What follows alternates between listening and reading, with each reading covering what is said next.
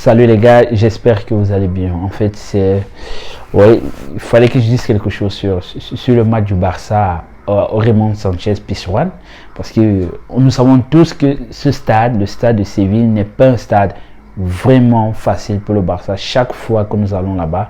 Et heureusement, aujourd'hui, on a fait 3-0, je dirais plutôt 3 buts satisfaisants avec de la construction du jeu et non sur des erreurs défensives de l'équipe adverse.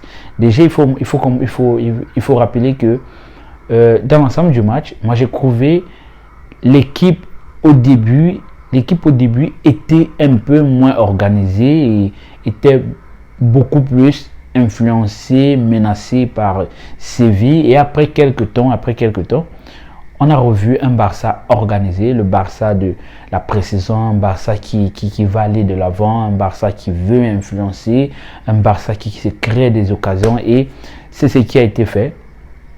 C'est ce qui a été fait, un Dembélé qui fait un débordement, qui envoie une passe à Robert Lewandowski, mais malheureusement ça n'entre pas, et Rafinha qui vient donner un but à 0 Barça, qui fait vraiment du bien à l'équipe, et à Rafinha lui-même il fallait absolument, et Rafinha lui-même qui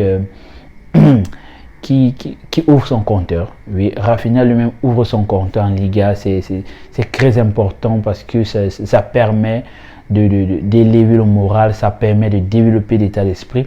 Mais dans l'ensemble, hormis les petites séquences des difficultés du Barça, moi je trouvais le Barça plutôt très bien organisé, malgré la pression que le Barça a subi tout le long de la première mi-temps.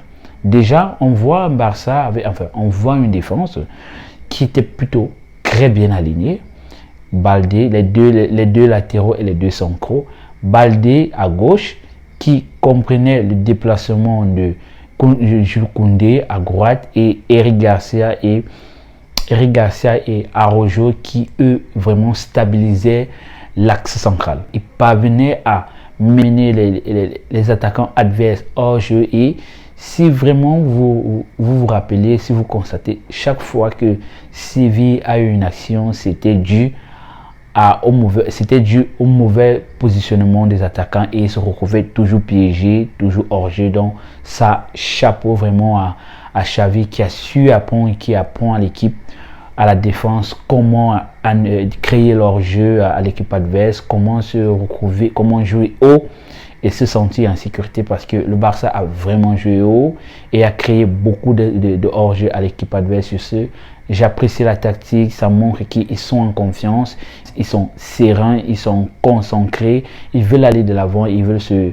s'améliorer en fait, parce que le premier match du championnat n'était pas très convaincant. On se posait la question, est-ce que ce Barça va y arriver? Moi, je me posais cette question, mais depuis déjà pratiquement 3 matchs, on voit un Barça 4 matchs. On voit un Barça qui joue avec du style, de l'intensité, de vitesse, avec de la vitesse de transition. Un Barça qui veut mettre des buts. Il n'y a pas qu'un seul buteur, il y en a plusieurs buteurs.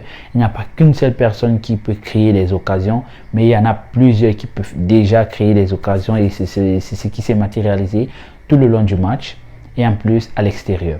Et aussi, je pense qu'il est très important de mentionner la qualité de passe de Jules Koundé, parce que Jules Koundé, sur sa passe à Lewandowski, elle était extrêmement moelleuse. Moi, je dirais que la passe de Koundé sur Lewandowski était moelleuse, et Lewandowski, lui, ne tarde pas, il n'a pas tardé, il n'a pas réfléchi, il a embelli la passe par un très joli geste, et ça fait 2-0.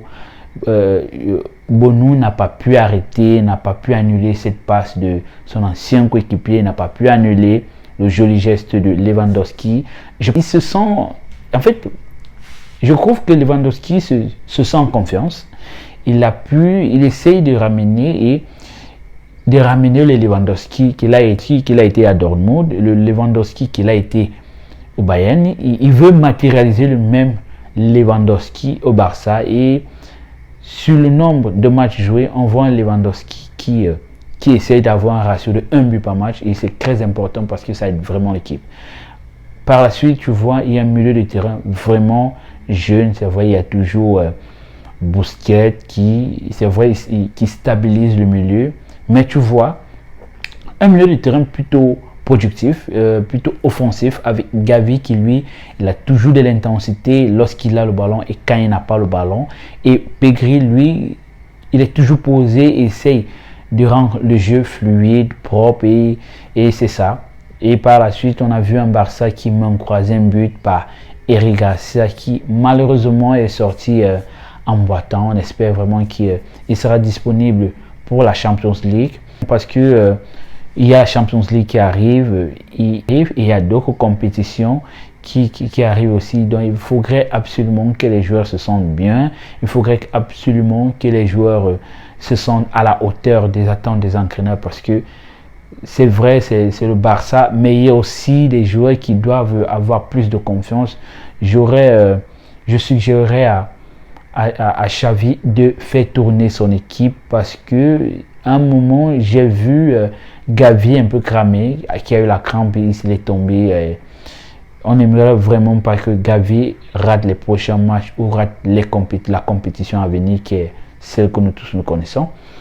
Nous n'aimerons pas que certains joueurs qui sont amenés à jouer une compétition les plus importantes se retrouvent en train d'être médiocres parce qu'ils n'ont pas pu avoir assez de temps en club. Donc, je pense que pour mon analyse, pour mon observation, le Barça, on sent Barça vraiment confiant, vraiment concentré dans le jeu et qui essaye d'être plus décisif dans les actions et devant les cages des filets et aussi en défense parce que moi je trouve qu'il est important de saluer le travail de Ter Stegen qui essaye de sortir des clean sheets chaque match avec sa défense, son milieu de terrain, son attaque. Allez, n'hésitez pas d'aller dans les commentaires. Dites-moi comment est-ce que vous aimeriez que Xavi fasse la gestion de son équipe. Quels sont les joueurs qui pourront parfois et qui devront.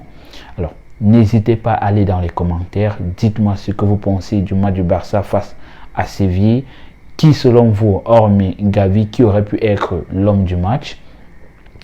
Est-ce que Xavi a-t-il déjà prouvé son 11 en cran ou ne devrait-il pas aussi donner plus de possibilités au banc de touche afin d'apporter plus de la concurrence? Allez, yo!